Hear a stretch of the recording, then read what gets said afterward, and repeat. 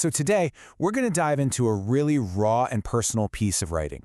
It's all about that inner conflict between wanting to help people and that crushing feeling of self-doubt.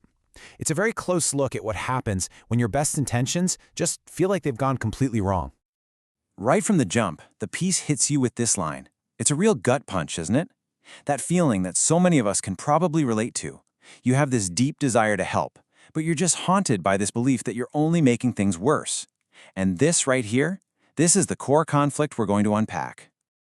And that brings us right to our first big idea, what we're calling the helper's paradox. You know, that painful, frustrating gap between what you meant to do, your good intention, and what you feel was the actual negative result. So on one side, you have this pure, simple impulse to help anyone who's going through a hard time. But on the other side, you've got this crushing self-judgment. I make it worse. And listen, we're not just talking about one bad day here.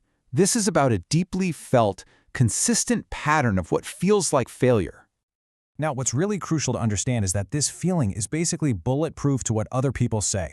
The author even says, "I'm told otherwise," which means friends, maybe family, are trying to tell them, no, you helped, you did a good thing, but it doesn't stick. That internal conviction that they failed is just way too strong. So you have to wonder, what's fueling this whole internal battle? Well, the text points right to empathy. But this isn't empathy as some kind of superpower. No, here it's portrayed as this heavy, disorienting burden that actually makes everything feel way more complicated. You see, the author says they're a very empathetic person. But instead of that feeling guiding their actions in a clear way, it just leads to this total overload. It's like the signal is so loud it just jams the receiver. And the result is complete confusion, an inability to figure out my mind. And this chaos, it isn't just in their head. It has real, tangible effects. It's not just a feeling, it's like a cognitive breakdown. Thinking properly becomes impossible, words get all jumbled up when they try to speak, and they're left just wondering, how have I even made it this far? So you see the devastating irony here? The very thing that's driving the impulse to help in the first place, that deep empathy, it becomes the biggest obstacle to actually helping in a clear-headed way. The ability to feel so much for others becomes a wall that blocks the ability to think and act. It's a truly vicious feedback loop. And a struggle like this, well, it doesn't just stay inside. It's bound to spill out, affecting relationships and leading to this really profound sense of isolation. I mean, if you can't even trust your own mind, how are you supposed to connect with anybody else? And this quote, this is where that internal chaos leads. The feeling isn't just about failure anymore, it's about being invisible. It's that awful sense of being completely erased, like you don't even register to the people around you. When you feel that forgotten, you can't help but ask a really tough question. Is the problem with everyone else, or is it me? And this is a huge turning point. The focus shifts away from what's happening on the outside to this deep search for a flaw on the inside. And here it is, the heartbreaking conclusion they come to. The problem must be some hidden personal flaw.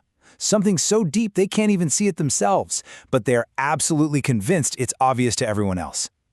Can you imagine how lonely that feels? Believing you're broken in a way only other people can see. This feeling of being fundamentally flawed and totally alone, it naturally expands into something bigger, something more existential. It becomes a search for any place of belonging, a search for what we might call home. The author brings up that saying we've all heard, right? Home is where the heart is. It's that comforting idea that home isn't four walls and a roof, but it's a feeling of safety and love that you carry around inside you. But then, they just flip that entire idea on its head with this incredibly raw imagery. If home is where your heart is, what happens when your heart feels like it's been beaten, stabbed, and twisted? Well, it means there's no safe place left, not out there, and not even inside yourself. This feeling of homelessness is just total. It even reaches into the one place that's supposed to be a guaranteed safe harbor: family. The author feels that even their parents don't offer that unconditional sense of belonging. Instead, it feels like they want something from them.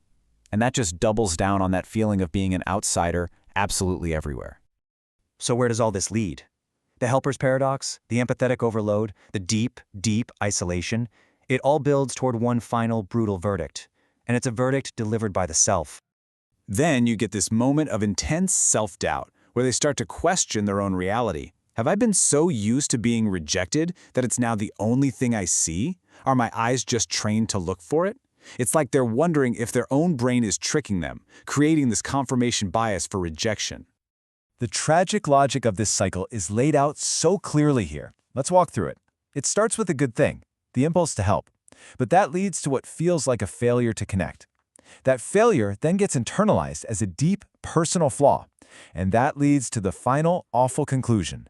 The pain that comes from it is deserved. And this is the final, devastating stop on this entire journey. If it's true, if they really are so broken that they can't even see kindness correctly anymore, then whatever suffering they experience is justified. It's the ultimate act of self-blame. It's concluding that you're not a victim of circumstance. You are the architect of your own pain, and you deserve it. This whole reflection really leaves us with a huge question about empathy itself. It shows us that it's not some simple, positive trait. It's this incredibly complex force that can create connection, but it can also lead to immense suffering. It really makes you wonder, right? Where is that line between feeling for other people and completely losing yourself in them?